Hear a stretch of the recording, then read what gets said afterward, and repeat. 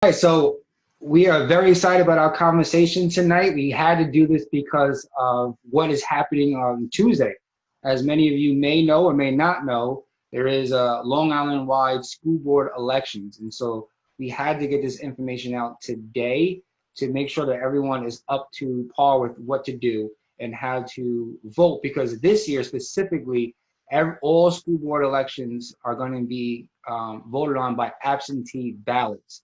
So we wanted to get some clarity.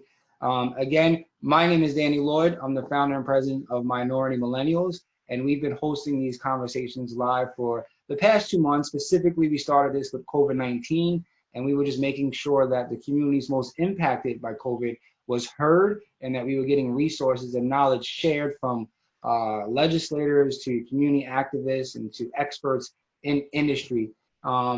However, we kind of went right from COVID-19 into now where we're dealing with, police brutality and injustices. And we also have to make sure that we still are civically engaged. And this is why we're talking about the school board election coming up this Tuesday. So tonight we have a very special guest, someone that has been very active within the community for decades now. This is not anything new for this powerful woman. She's also a recent graduate of Hofstra University, an MBA, and a diversity and inclusion strategist for Northwell Health. So for those of you who don't know who I'm speaking about, our guest tonight is Miss Andrea De Loney. Hey, thank you so much for having me. No, thank you. I mean, I know that everyone's time right now is just so precious, and so we're grateful for you to just spend time with us to make sure that we're giving this knowledge out to those who are watching and our members. So just to kick off, I would want to know, like, how are you feeling right now? How are you feeling? I know everyone's tired, but how are you dealing with everything that's going on? Yeah. So honestly, Danny, that's a great question. And my tribe has been on me about being honest with not only people who ask that question, but honest with myself. So I'm not okay. I think today I'm definitely better than I was yesterday, definitely better than the day before that. But I think every single day getting up, and whether it's, a new video regarding some type of racist activity that took place during a peaceful protest on Long Island, whether it's a new update from work regarding COVID-19 and preparing for resurgence, whether it's whatever, right? I think mentally, spiritually, you try to keep yourself strong. You try to stay optimistic about what's happening, and thinking of solutions and ways to collaborate and support other efforts to address everything. But it's hard. I think it's hard from two angles. It's hard because when you identify with the community that's experiencing injustices and you're constantly being asked for solutions professionally, that code switching is real. And I think that's really what's been making it, challenging. But nonetheless, God is good and, continues to give me the strength to push through it all. Yeah, amen. I mean, God is definitely good. And you make a great point, because it is difficult to balance work life and then also being civically engaged. But right now, I think it's a lot of people forget that we were trying to raise as much awareness about resources for COVID-19, and we had no break. We went right into Ahmaud, the Ahmaud situation in Georgia, to Breonna Taylor, to now to George Floyd, and it's just incredibly difficult to continue to have keep up with energy. Yeah. But the beautiful thing, if you take anything out of the, just a horrible situation with George Floyd, is everyone is re-energized, and I feel like this moment and this time is different because his death is not going to be in vain. And I think people across the, Long Island, the country, and internationally are not going to let up this time. This is not going to be just, I mean, it hasn't been. It's already been like 6 days of protest. So, I think that this may continue to go on for months, rightfully so, until things actually change. I agree. I think something that's so unique, and I've heard, so many of our fellow, network of activists within our generation, and I hate the labels of different generations. Like, of course, I identify as a millennial per se, but, we're on one end of that generation, and there's another one behind us. But the younger crew that's coming up fiery and fearlessly and courageously, I think that what really makes this whole experience different is that not only are we seeing their energy in these protests and actively speaking out on social media, but we're starting to see more of their strategy. You know, we're starting to see them look on a macro level and not just on a micro level. They're reaching out to those who came before them. They're asking questions. They're connecting with law enforcement and local elected officials to do their protesting. I don't want to say the right way, but the effective way. And I think that's what's really making the difference, is that we're seeing that interconnection between how, you know, our elders did it, how we did it, and now how they're doing it. So I think that's really what gives me the hope in that this time around, we're really going to drive the necessary changes that we need. Yeah, I mean, there's definitely intergenerational unity with this specific situation, which has been difficult. You know, as you know, that can be a battle on its own. And so I think that it is bringing unity. And the Gen Zs, I mean, they're incredibly diverse. You know, it's not just you know, young Black kids. I mean, it's Black, white, Asian, Indian, you know, Muslim. It's across the board. And you know, they're actually going to every single rally. You know, it's almost like it's a you know, there's a purpose to it. It's almost like it's not a concert, but you know, it's like, are you going to this one? Are you going to that one? Are you going to this one? And I just don't see it letting up. I know we have one coming up on Monday here in Amityville, and we're going to be speaking about some of the things that we like to see reformed.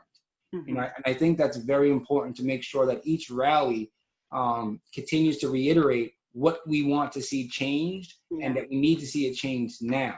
You know, with regards to police reform, to repealing 50 E, I believe it is, because I know there's a 50A as well. You know, making sure that Suffolk County and Nassau County gets body cameras, you know, and it's going to be tough because they're supported by police unions. And, you know, I think what we have to continue to communicate is that we're not against police, but we have to stand up for police reform. You know, we cannot afford to lose any more Black lives to police brutality.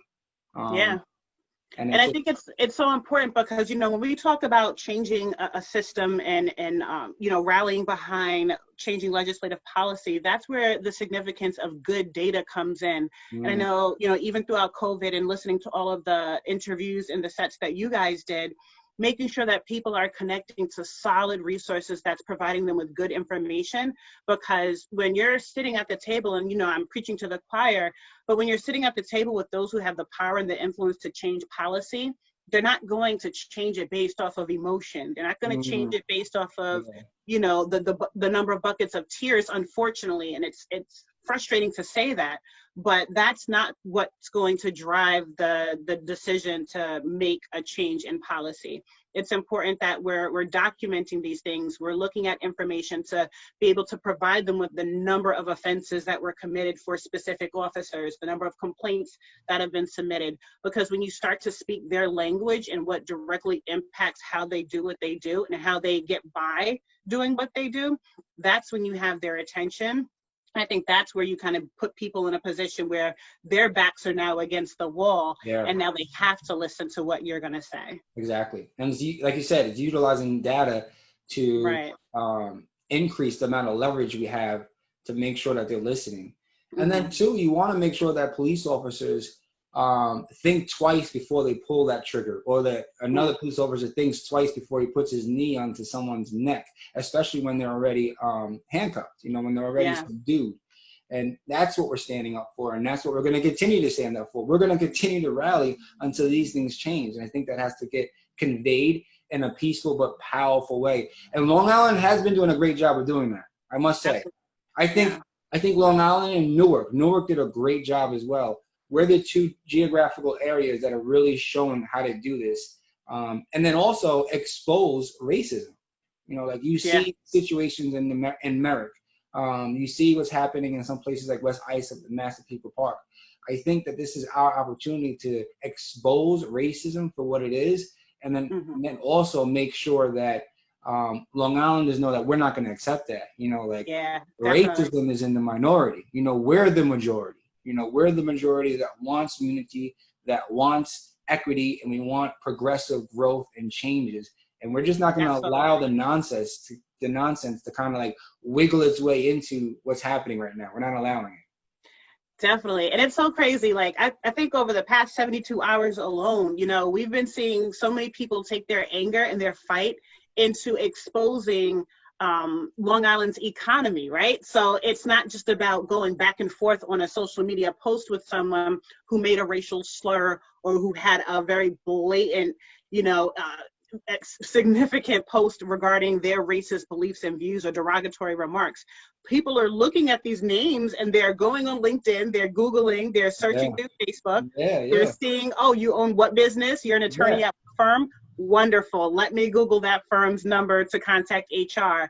And that's how, everyone has been responding. And I think that also is contributing just to the evolution of how we're taking our emotions and combining them with strategic action to make a change. I feel like that's what true activism is. It's taking that anger and being smart about it, being effective about it, and really going at a person in a way that regardless of what they say, the proof is there, and now their employer or their customer base has the power to make the decision to no longer support them. Yeah, that's a great point, because even when we speak about the intergenerational unity, when you speak to the older ones, when they were doing this in the 60s, they didn't have technology to empower them to reveal the people that were really behind the scenes doing these things. Right. So, like the Central Park issue where the lady was, fired. If we didn't have technology to share that, we would have never really known what happened. It would have been word against word. And that's where racism prevails, if we don't have the power to fight against it. And you made another great point, like with businesses. So you saw what happened in Huntington. If you're going to jump out the window and expose yourself, you have to be prepared now to get canceled. You have to. Yeah.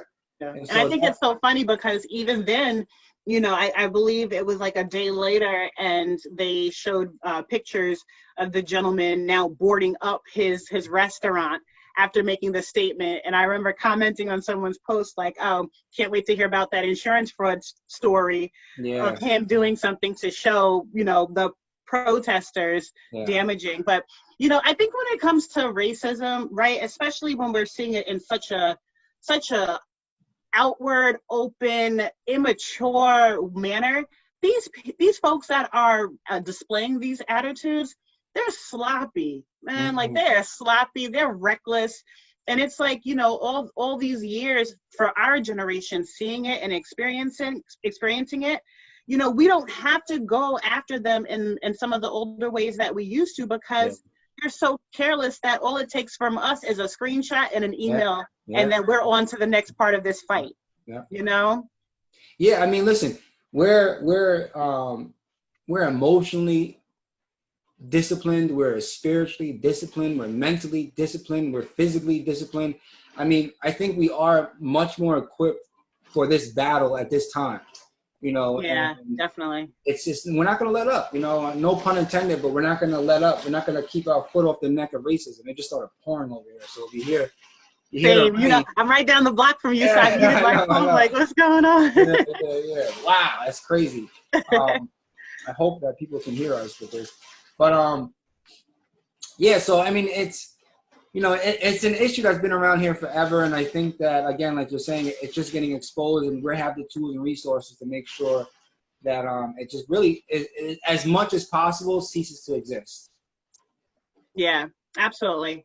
I think we'll continue to see the fight get pushed forward more and more, especially that, like we said, people are smartening up in terms of how they address it. Yeah. And we're learning how to really be responsible with the energy that we give towards certain things that we see. So it's a battle. So can you talk real quick about diversity and inclusion? Like some of the work that, I mean, you've been doing incredible stuff with Northwell, and but what that really looks like, even in a time like this. I mean, you have to come up with these strategies for corporate, but then at the same time, you're seeing like what happens in just regular society. So can you just talk a little bit of what that means? Because to be quite honest, though, a lot of people don't understand what that means, diversity and inclusion. So yeah, that's a great point. And it's so funny because even at work, anytime we go into a meeting or to a conversation, especially when it comes to education, we try to clearly define what diversity means, especially inclusion as well, and equity, just to ensure that we're all speaking from the same foundation,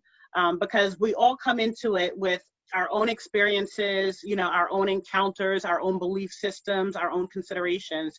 So it's super important that we're really working from a uniformed definition. Yeah. So when I think about diversity personally, I'm thinking about, you know, differences of race, ethnicity, gender, ability, physical abilities. I'm thinking about lifestyle.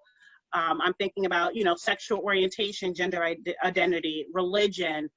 All of those things play into my definition of diversity. So even when, you know, when it comes to speaking at on different forums or at work, especially doing any types of presentations, when I'm preparing, I'm thinking about all of those communities that could potentially exist in my audience.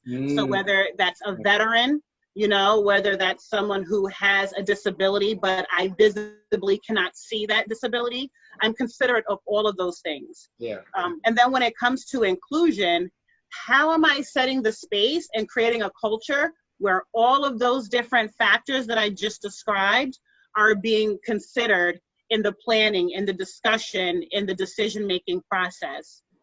And more recently, specifically folks in the field of D&I, no matter what industry, we're also including the word equity, because it's not enough to have a seat at the table, and it's not enough to simply have a 5-minute, you know, portion of an agenda, but are you receiving the same amount of time to speak, to present, to articulate what it is you're there for as your majority, so to speak, counterparts?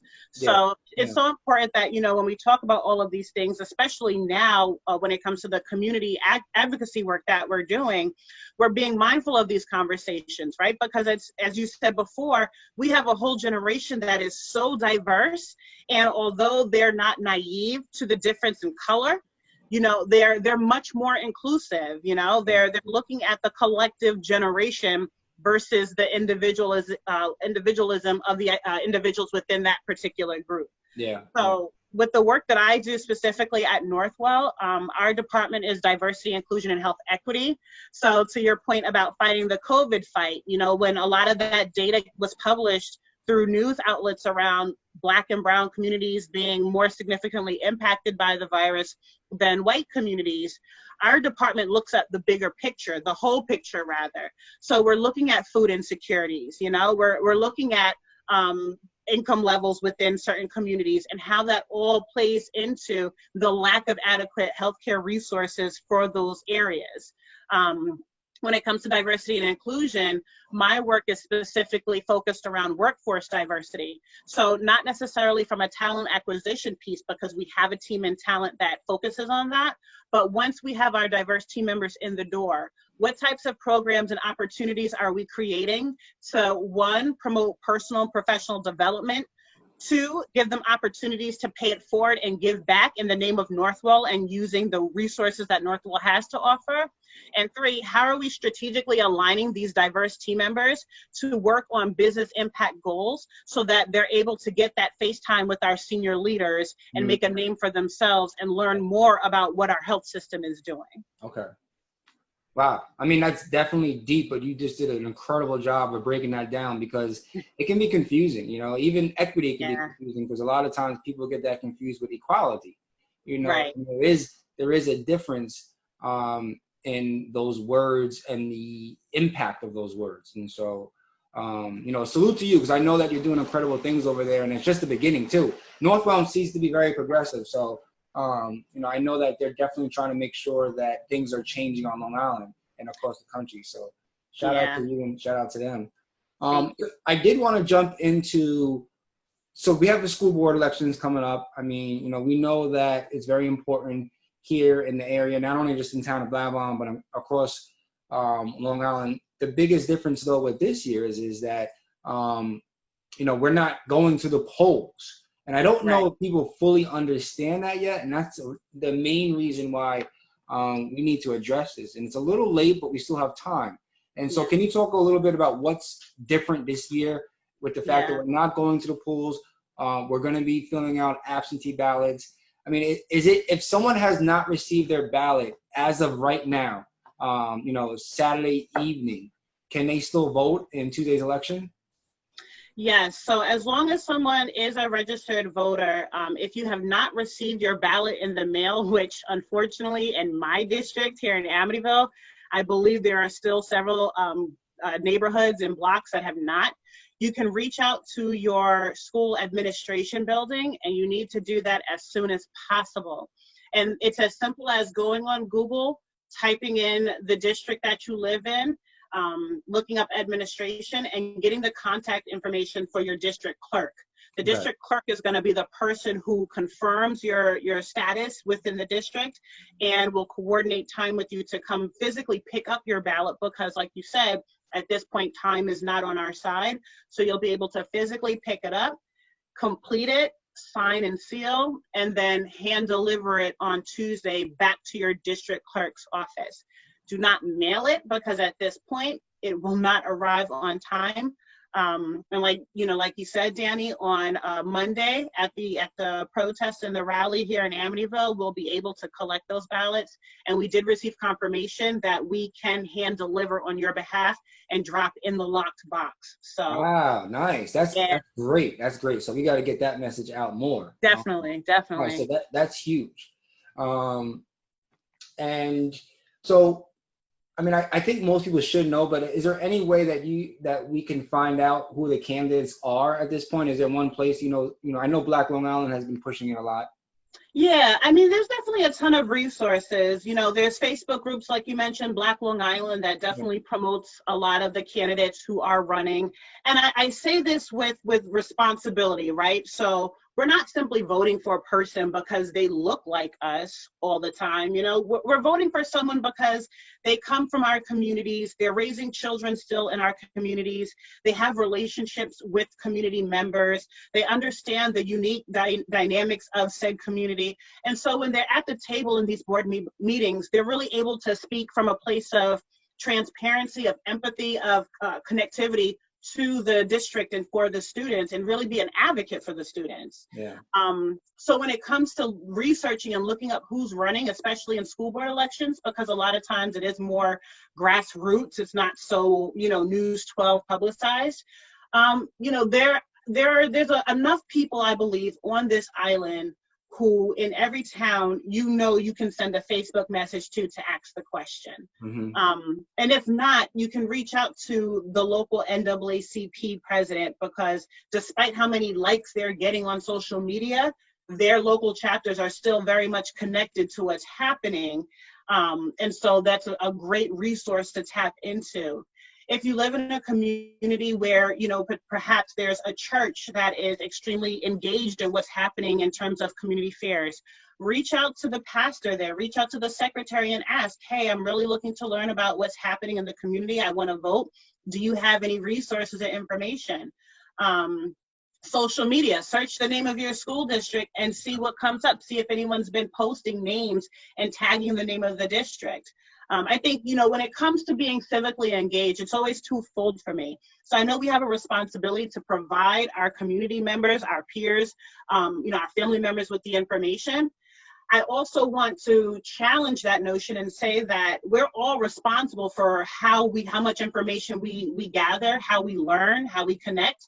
So if I'm able to Google, what time a show is coming on, or if I'm tuned into when something is being released on Netflix, I think that I'm fully capable as well as seeking out the information that I'm looking for. Yeah. And I think you guys have done a phenomenal job as well with, in a very short period of time, positioning yourself as a resource for people who look like us and who are part of our generation, who may have been super turned off to politics in general. Mm-hmm. But now that they're seeing how connected and how these elections aren't mutually exclusive from one another, just knowing that they have you as a resource to point them in the right direction, I think it's super important. Yeah, I mean, that was the original vision for our organization, was to simply bridge the gap between policy and culture. Mm-hmm. How are we redefining policy so that it's more appealing? And I think with even this situation, again, with the protests and the rallies, young people are starting to understand why it matters, right. Why it matters to register to vote, why it matters to fill out the census. This is still the census year. We'll talk about that in a few moments. But Let's talk about why school board matters, though, for those that are watching, and even young people that may be tuning in because they're just energized from the marches and the protests. Why, if they're Absolutely. 18 or older, should they vote in the school budget?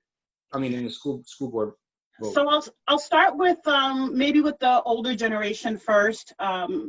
Also addressing our generation, some folks who may be first-time homeowners or perhaps are going through the process to become homeowners, or just interested in learning.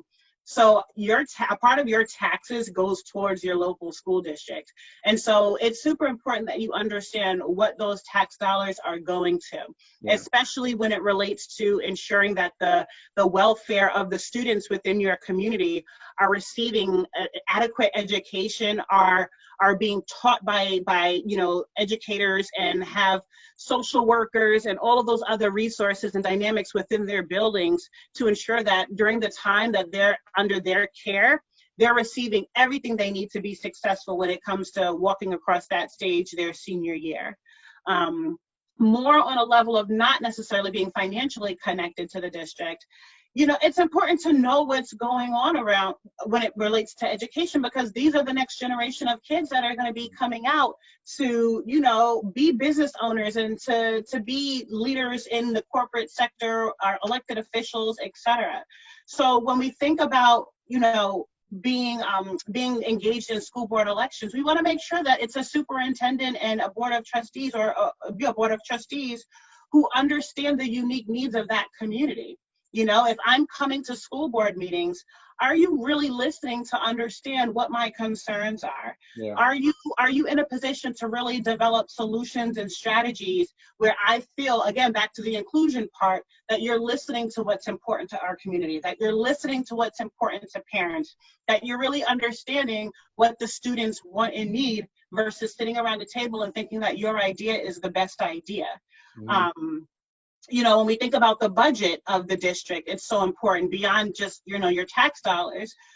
We know right now within the Amityville School District specifically, there's a huge engineering project that's taking place, creating a brand new gymnasium and creating new resources for STEM education, STEAM education.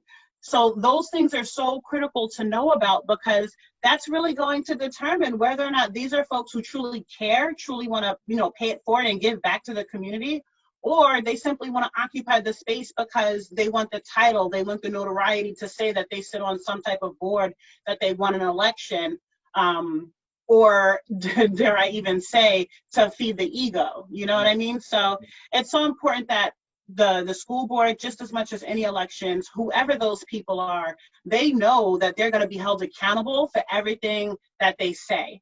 So I don't care how pretty your flyer looks. I don't care how many people you had stick a flyer in my door, or how many Facebook posts you put up to get likes, and the video messaging and all of that. Beautiful, pretty, love it. Job well done to your designer. Yeah. But at the end of the day, if you're telling me X, but you're doing Y, me as your constituent, I'm going to have a problem with that. And we have to make sure that people know, regardless if they're from the community or not, that if you're going to step into this leadership responsibility, we're going to be watching you, we're going to be holding you accountable, and we want to be here to work with you.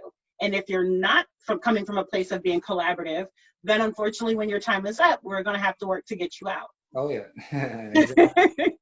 I mean, listen, this is a very big election for a number of school districts, from Amityville to Wyandanch to Copeg to Brentwood.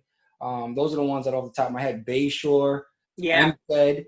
There's definitely a need to go to the polls to fill out these absentee ballots and make sure that we're addressing the problems that we're seeing, the division, in Amityville and Wyandanch. And because at the end of the day, it's about the kids. And if the division is hurting the education and the growth, the character education, the academic advancement of our children for the next generation, that's hurting Long Island.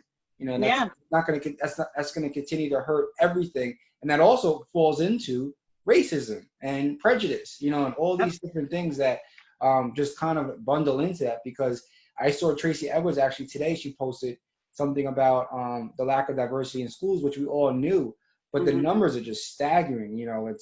I think it's something like 300 schools only have, it's insane, and so I mean, we need diversity and inclusion departments in school districts. If that's the case, you know, so.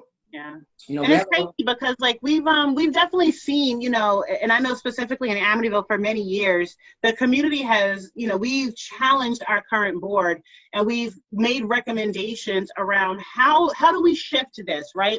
Even if it's more so just focusing on the perception of like where are things falling through the cracks here, because we know that there are black educators, we know that there are Latino educators that are applying for these positions. But where, at what point in the process, like where's that bottleneck occurring, and what do you need from us to support you all to really address it? But again, it goes back to being in the know and being engaged in who your board members are, because I think for many districts, the board has been taking the direction of the superintendent, when in fact, the board, the superintendent is supposed to be reporting to the board. So if you have a whole web of, you know, conflicts of interest mixed up in there, they're going to continue to be swept under the rug. The lack of transparency will continue to run rampant, and we'll constantly find ourselves having this conversation around why is it that the educators within a specific community and within that district don't reflect the students and the kids that they're teaching. Yeah. Now, correct me if I'm wrong. The board is the ones that are supposed to dictate to the superintendent what the community and the district needs, right? Right. Correct. And also hold accountable. Absolutely. So then that also correlates into hiring, you know, in a way, right? I believe in Amityville, isn't there like a specific committee within the board that handles the hiring of teachers? Allegedly, yes. Okay. Allegedly. But allegedly, yes. But then again, you know, like we said before, when you have conflicts of interest, so when you have this one best friends with that one who also is best friends with the union representative, who also, you know, goes out for drinks and happy hour and cocktails with this one and publicly displays that, I question the integrity around what's being said in these meetings, because it's safe to assume that all of the backdoor conversations, especially when that mentality and that culture is the majority of that board, we already know we can connect the dots there and make a safe assumption about what's really going on. Yeah, I mean, it's so important to just be in tune and to make sure that you vote, because nothing's going to change, and we're not going to really be able. The most important thing is tracking from this point on. You know, like if things don't change, how are we holding ourselves accountable to that to see what we want?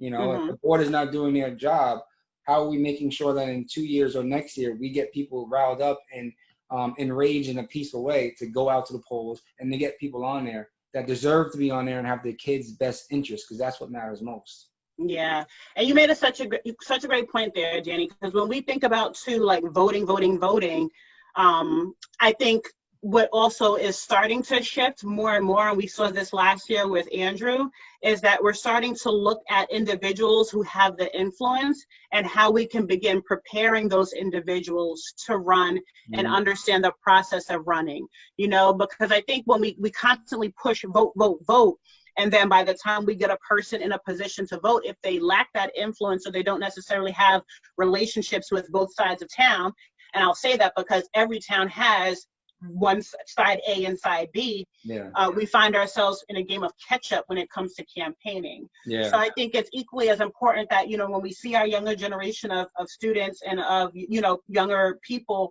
who are becoming more comfortable with the power of their voices, that we are rallying behind them and explaining to them, listen, if you're interested in traveling down this path, here are some of the opportunities within the next, you know, 1 to 5 years, 1 to 3 years, that may present themselves to you. And if you're seriously interested in that, let's start getting you prepared for that now. And I think, you know, that plays a role into it as well, because now as a community member, I can sit back and say, wow, I saw the preparation that person put into being able to be a candidate to vote for. So I'm even more passionate about making sure they get into that position because I know where their heart is. And just even, I mean, that's a great point, because then that even goes into, did you see a documentary, Bad Education, about Long Island? No, I heard about it though. I heard about it. I didn't watch it yet. You gotta watch it. It's so good. But what was key in that documentary was the board was so attached to the superintendent because they did such a great job of elevating the property tax work. You know, it went hand in hand. And so I think it was Great Neck, but I'm not entirely sure. Yeah. It was, Yeah. right? Mm-hmm. And they were battling like Jericho School District. And they wanted to be, one of the board members was actually a realtor, and he Mm-hmm. sold homes. And so, they were reluctant to really address the issue of the superintendent and assistant superintendent because the property value was exploding. If you go to a good school district, I mean, you're behind off to go into a good school district for your kids. Right. And that correlates into, supposedly a good neighborhood, Mm-hmm. And so I think one of the things that we can do in our communities, I also would say this, it's an opportunity with everything that's going on right now to redefine the narrative of our communities. And I say that because I think Wyandanch needs to be redefined as an affluent African-American community. Say North that. Amityville needs to be redefined as an affluent African-American community. The same with Brentwood. Whatever it is, it's black and brown, whereas we get this connotation of violence and, just dangerous and ghetto. That's all implied by systematic racism. And if we're going to continue to march, we have to fix that too. We have to make sure that we're not allowing those narratives to exist. And we can just say it, we'll have to do the work after, Right. We'll have to, because, we can't just say it and it's not changing. But it starts with things like the school board, because then you have pride within your community, and then maybe we attract businesses because Right. the community is supported on sales tax, business tax, Mm-hmm. property tax, which then helps grow a great school district. And if you have a great school district, you'll get people to move into that community that are like-minded. So it's a very important preparation, right now. So, and we're in a key moment to really move forward with progress. So a few more questions that I just want to talk about here. When we actually know the results, I don't know if you know this question. If not, though, we'll be able to circle back on this in the comments. Yeah. So typically in the school board elections, so you figure the deadline is on Tuesday for us to submit our ballots by 5 p.m. to the district administration office. I'm going to assume that being that it's 100% due to the absentee ballot method this go around, it may go into another day. Unfortunately, with several districts, we've had to elicit the support of our assemblywoman so that there's voter integrity. So it's my understanding that not only for Wyandanch, but also for Amityville, that we are looking to implement a virtual voting event, so to speak. I'm calling it a watch party, but that's just the inner pettiness of myself.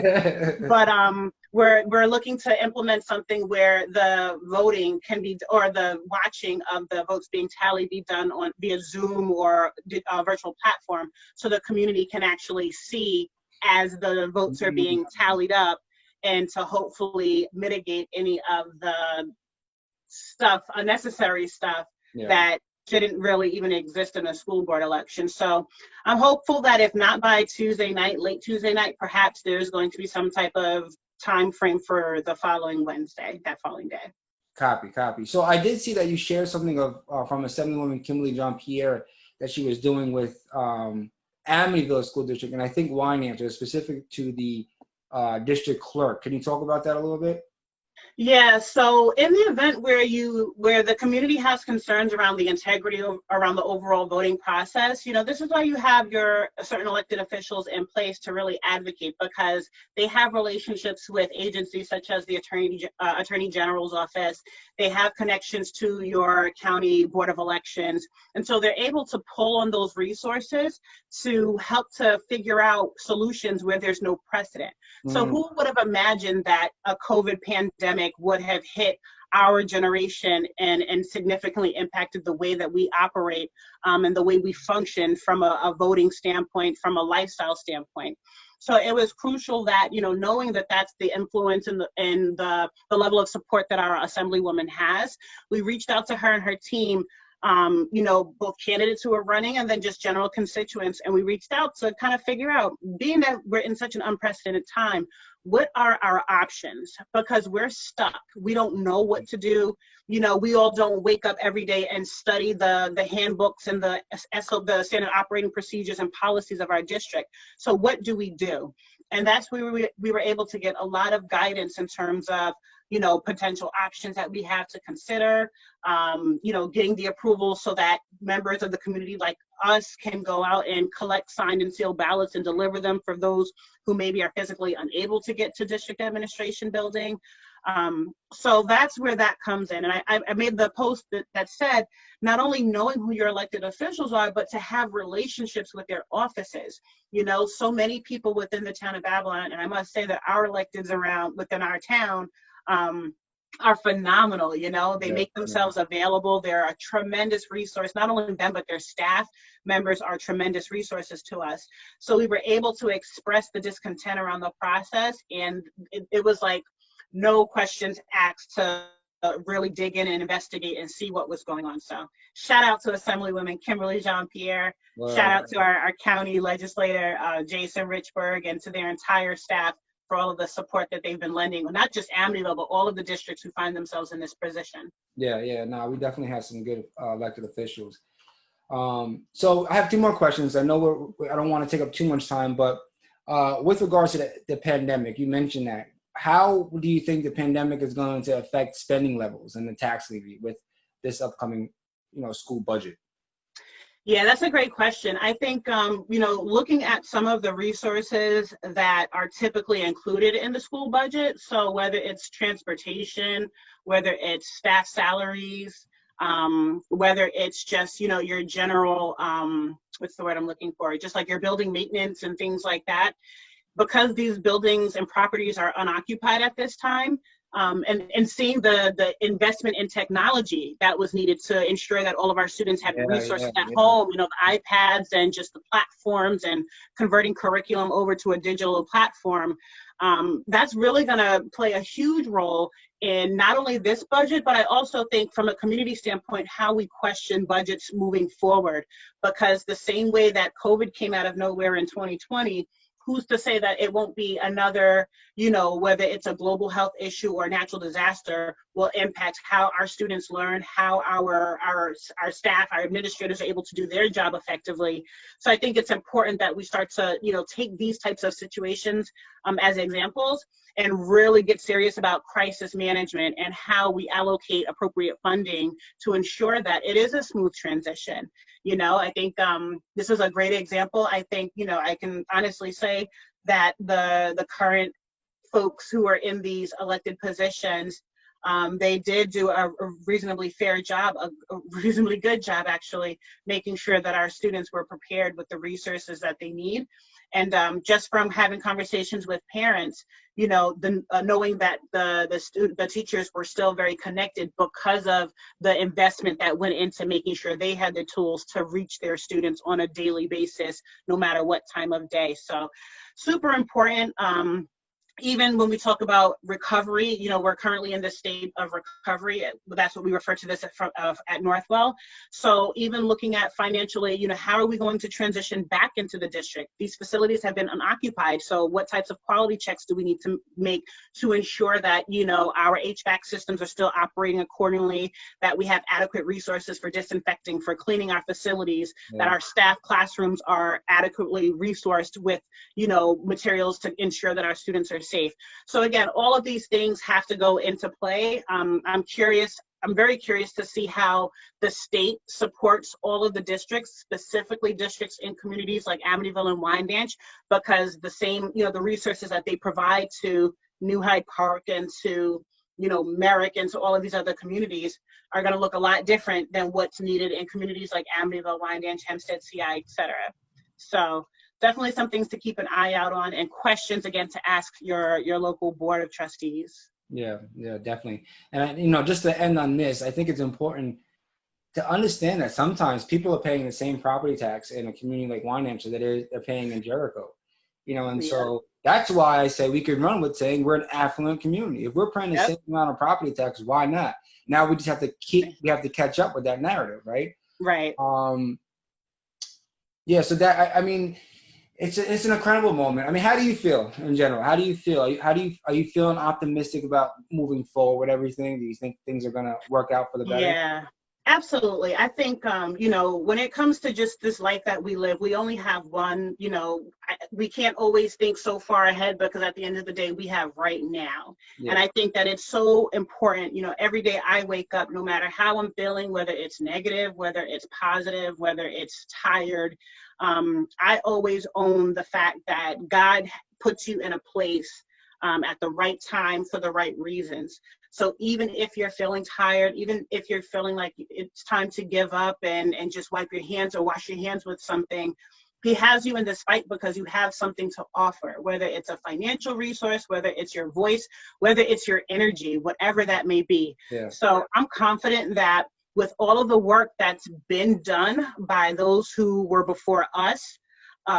combined with the work that we're currently doing now and the work that we've already put in over the past decade as a civically engaged generation, and you combine that with the heat that's coming from Gen Z and even our babies. I know you probably saw the video of little mama protesting the other day. I'm looking at her like, yo, I want them. I need that. I want her heat next to me in a protest. So I think that if we, you know, so long as we continue to, you know, one, find a lane, get in our lane and move forward full force in our lanes, and all of those lanes take us to the same destination, I'm confident that, you know, we will see change. And I think it's important to be realistic and knowing that it's not going to happen overnight. It won't happen within 1 year. It probably won't happen within the next 5 years. But if we continue to do the work and we trust and know that we have us in other states and in other parts of the world in this fight too, sharing ideas, best practices, and resources, you know, God, he has the final say in it all. So I know that he wouldn't be putting us through something that he wasn't going to equip us with what we need to reach that final place. Yeah, that's a fact. That's a fact. And just thinking about that young princess, man, it's just like, I think she said no justice, no peace, the most like, powerful way. Like, no justice, no peace. I mean, everything about it was just like, yeah, that's why we got to do something. We got to keep fighting. We got to keep, you know, again, no justice, no peace. And so she couldn't portray that energy and emotion any better. I did want to just real quick mention the census. So we're on a census year.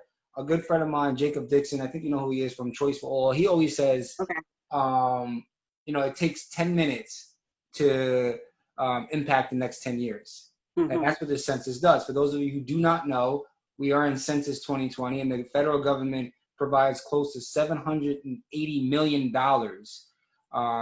of funding into communities based off of the results of the census. Yep. And the census helps things like access to healthcare, you know, entrepreneurship in minority communities, resources for school districts, you know, transportation, home ownership, and you know, just building more home developments, property development. So the census impacts all these type of resources that the government supports. Unfortunately, the most at-risk communities are minority communities, you know, and so we have to, I know we're going to be doing a campaign next few weeks. It got pushed back because of the situation with George Floyd, but, you know, we have to make sure that the majority of our community are counted, because specifically for every African-American male, every Black male that is not counted in the census is about $4,000 worth in the actual community. And they're saying that it could be close to 1.5 million Black men that won't be counted in this year's census for a number of reasons. So, you know, from transient households to prison, you know, unfortunately, the disproportionate amount of Black men that are arrested, that they're counted in the census based on where they're being imprisoned. You know, and so when they come back to the neighborhood, they're not counted. You know, so those resources are not allocated the proper way. Children, you know, Black and brown children are not properly counted, especially immigrants. So communities like Brentwood and Bayshore and Central Islip, you know, these are all at-risk communities that need to be counted. And so we're going to do our part to try to represent Amityville and Wyandanch and some parts of Nassau and out east with the campaign for Gen Z, you know, because we want to make sure that they're tapping into, right after this dies out, not dies out, but the actual maybe foot protest, they go right into the census because it got pushed back. I'm not going to say the date for the census because we want people to fill it out.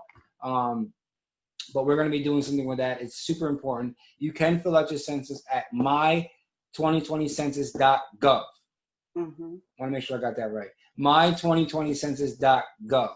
And it takes 10 minutes to change the next 10 years of your community. So it's very important that we do that. So with that being said, Again, thank you for the time. These are a very important conversation. It's very informational. So thank you for your knowledge and wisdom. Thank you, bro. I'll be seeing you on Monday. We're going to be out there. I'm going to try to do my no justice, no peace as best as I can. I got you. Don't worry. No worries. So I'll see you on Monday. And then get to the polls on Tuesday. I mean, that's the most important thing. Get to the polls. Well, not get to the polls. Fill out your absentee ballots.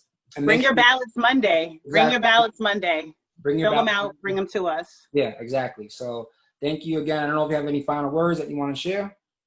I just wanted to say thank you, big bro. It's funny because I've met you years ago. Like, we go way back. And I think one of the dopest things about, finishing school and transitioning myself back into this space is to really connect with people from, back when we were growing up, and that we're all so in sync without even having to have had a formal conversation about what we're going to do in our community. So hats off to you, hats off to your family, because I know your wife and your daughter, they sacrifice time with you to support what you're doing out here. And of course, I'm like a bag of emotions because of where we're at in the world. But just know that you, Black man, I love you, I respect you, and I appreciate you. And I tell you this often, but just know that this Black woman right here will go to war for you. So continue to do the work that you're doing, and know that, you have a supporter, you have a sister, you have a fighter in your corner through it all. So much appreciated, and blessings to you. Nah, I love it, man. That's encouraging words.